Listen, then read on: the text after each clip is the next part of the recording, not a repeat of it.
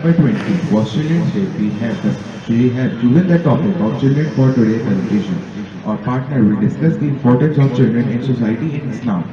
I would like to call Moment for recitation of Surah Al-Isra, verse number 31. الشيطان الرجيم بسم الله الرحمن الرحيم ولا تقتلوا أولادكم خشية إملاق نحن نرزقهم وإياكم إن قتلهم كان خطأ كبيرا. Translation: And do not kill your children for the fear of poverty.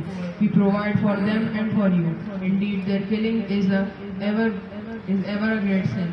It is true that Allah is a provider of assistance for every human being, including children. No one has a right or authority to take anyone's life in the name of poverty.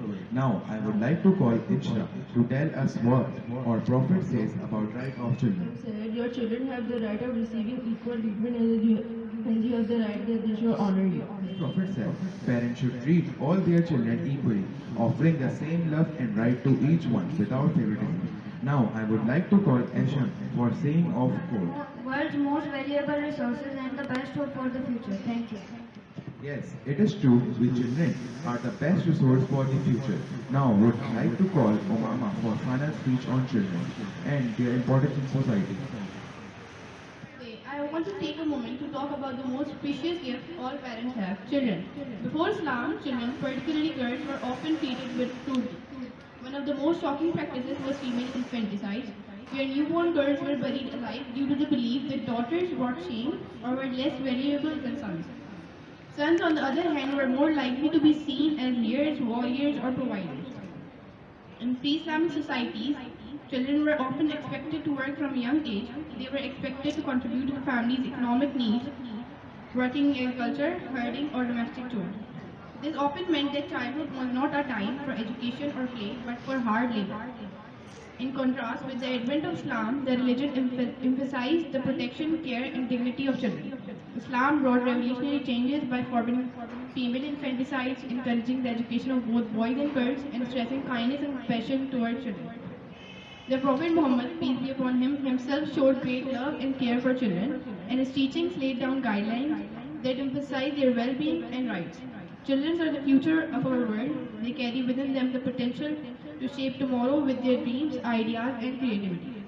It needs to remember that investing in children is an investment in a brighter, more hopeful future for us all. They deserve our love, our care, and our support. Thank you.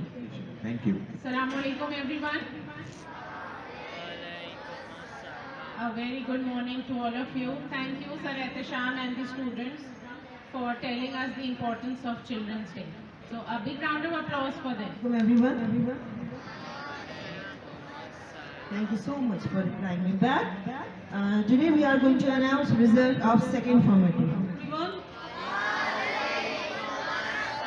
Jazakallah Ms. Shari Fatma for doing this all. Just doing the hosting right now. Congratulations to all those who got the result right now, but those who didn't get it right now, don't lose your heart.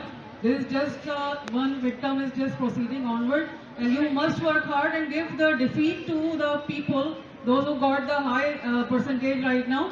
So that will be the healthy competition, inshallah. I wish you good luck everyone, and I would like to thank all the teachers who put their efforts to prepare these students. So just give a huge round of applause for everyone, those who are standing here.